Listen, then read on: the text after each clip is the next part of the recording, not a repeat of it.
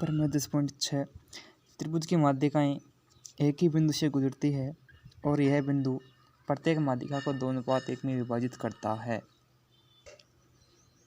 अब इसे हम सॉल्व करते हैं।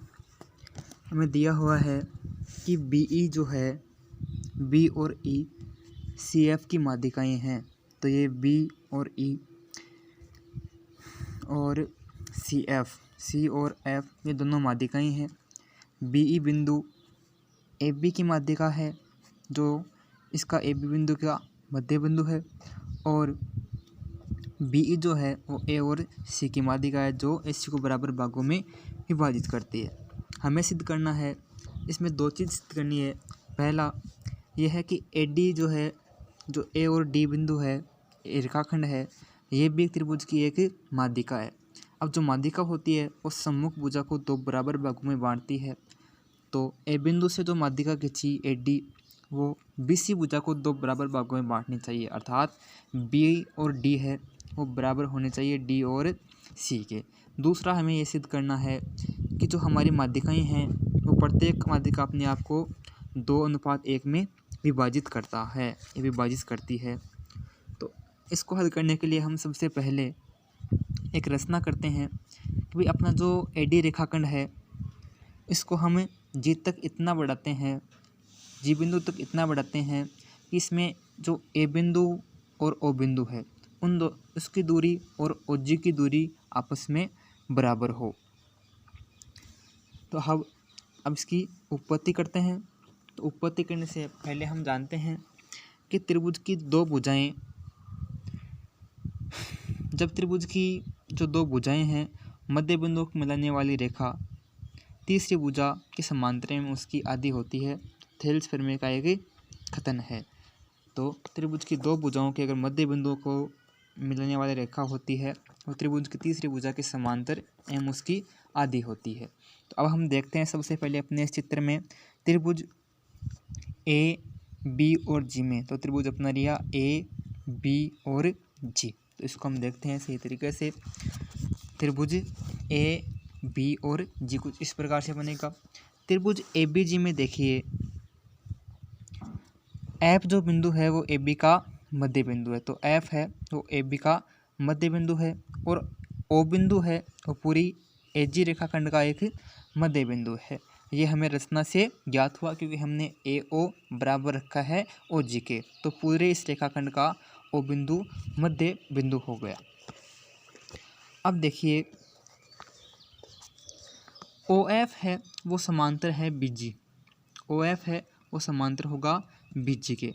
तो अपना CO है वो भी समांतर होगा, क्योंकि CO व OF दोनों CF के ही भाग है। देखते हैं चित्र में, अपना OF, ये OF और CO दोनों एक ही रेखाखंड CF के भाग है। तो अगर अपना OF है वो BG के समांतर होगा, B और G ये रहा, BG के समांतर OF होगा तो OC भी BG के समांतर होगा। तो इसलिए देखते हैं आगे, OF है वो 1/2 होगा BG के। क्यों? क्योंकि OF है वो पूरे रेखाखंड को, BG है उसका आधा होता है अपनी थेल्स प्रमेय या फिर अपने कथन के अनुसार। इसी प्रकार त्रिभुज AC और G में, AC और G, इसमें E बिंदु है वो AC का मध्य बिंदु है। तो अपना OE है वो भी GC के समांतर होगा, और BO है वो भी GC के समांतर होगा, क्योंकि दोनों ही एक रेखाखंड B का क्या है, भाग है। OE और BE दोनों पूरे टोटल B का एक भाग है। तो OE बराबर 1/2 GC, ये अपनी प्रमेय के कथन के अनुसार। अब त्रिभुज है, इन दोनों सिद्धांतों से, इन दोनों तथ्यों से ये आया कि BOCG एक समांतर चतुर्भुज बनता है। तो देखते हैं BOCG, BOCG ये एक समांतर चतुर्भुज है। वह समांतर चतुर्भुज क्यों है? क्योंकि देखिए BO ये समांतर है GC के, ठीक है, BO समांतर है GC के, और अपना OC समांतर है ये है अपने BG के। तो समांतर चतुर्भुज में क्या होता है, आमने सामने की भुजाएं बराबर होती है, तो इसमें हमें ये ज्ञात हुआ। समांतर चतुर्भुज BOC जी एक समांतर चतुर्भुज है, और हम जानते हैं कि जो समांतर चतुर्भुज है उसके जो विकर्ण होते हैं वो परस्पर समद्विभाजित करते हैं। समांतर चतुर्भुज के शीर्ष परस्पर समद्विभाजित करते हैं। तो हमने चतुर्भुज ऐसे बनाया, ये B बिंदु, O बिंदु, C बिंदु और G, ये है। इन दोनों के आमने सामने के शीर्षों को मिलाया तो विकर्ण बने, और विकर्णों का मध्य बिंदु जहाँ पर परस्पर प्रतिच्छेद करता है वो D। तो परस्पर समद्विभाजित करता है, इसका मतलब होता है कि जहाँ पर मिलते हैं वहाँ पर पूरे दोनों विकर्णों को बराबर भागों में बांटता है, अर्थात BD बराबर DC। तो BD बराबर DC, तो इसका तात्पर्य यह हुआ कि अपना जो AD रेखाखंड है वो भी ABC की एक माध्यिका है। तो अपना पहला भाग एक सिद्ध हुआ। अब देखते हैं हम आगे की और दूसरा भाग। अब हम जानते हैं कि D बिंदु समांतर चतुर्भुज जो BOCG है उसके विकर्णों का प्रतिच्छेदी बिंदु है, इसलिए OD बराबर होगा D और G के, क्योंकि भाई एक ही है, OD है और DG दोनों आपस में बराबर है। ये D बिंदु उस पूरे OG रेखाखंड को बराबर भागों में बांटता है।